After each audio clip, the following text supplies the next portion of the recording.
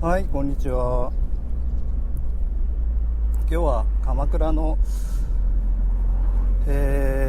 鎌倉山ですね。神奈川県の花の百選っていう名所に選ばれているところなんですけれども、コペンで、オープンカーの春といえば桜をね、見ながら走れるというのがポイントなんですけれども、今ねちょうどここを曲がって鎌倉山に入っていくところですのでね、よろしくお願いします。結構ここはね鎌倉でも人気のところで、ちょうど桜をねトンネルをくぐるような感覚で行けるので、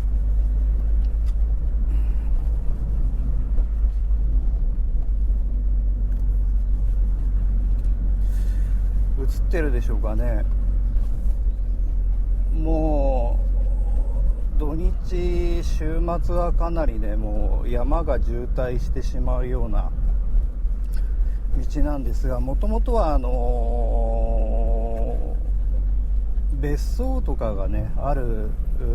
場所でして、非常にね裕福な方々が多いところが、鎌倉山です。鎌倉山のねローストビーフなんかが有名だと思うんですけど、ここに本店があります。やっ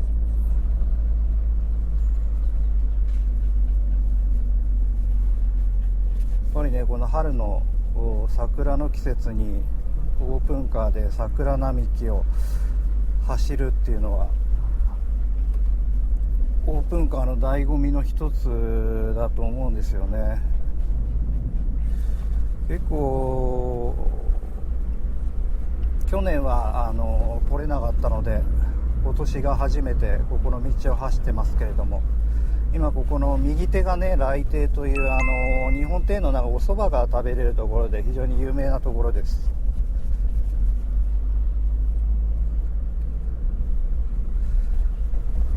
あとはおしゃれなねケーキ屋さんなんかもあるみたいで、ローストビーフとか日本そばとかが楽しめる山の道ですね。で桜が咲いているので、ただこの桜もかなり年齢が経っているようで、かなり老木のものも多いみたいですね。昔の方がもっと綺麗だったなんていう方もいらっしゃるみたいで、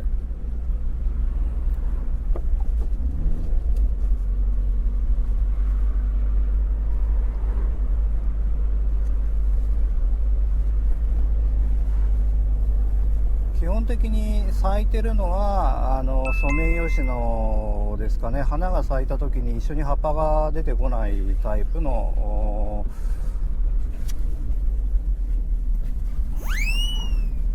桜なんですけれども、鎌倉市の花はですね山桜といって、これも桜なんですが、山桜は桜の花が咲いた時に赤い葉っぱも一緒に出てくると。あとは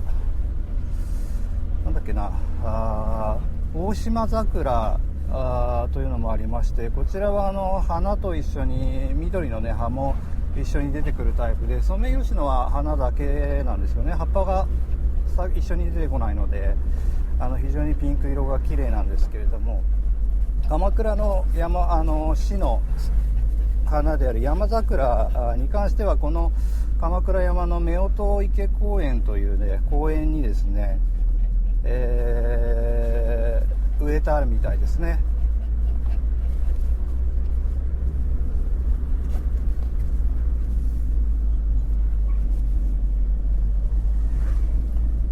以上で、桜のね鎌倉山の道がねこれで終了なんですよ。ここの信号で終わりという感じです。皆さんもぜひ桜を見に行ってみてください。オープンカーでね桜見れるっていうのは、まあ季節3月4月しかできないことですし、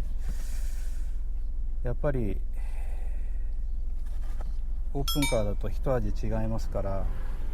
ぜひ各地の名所桜で回っていただけるとオー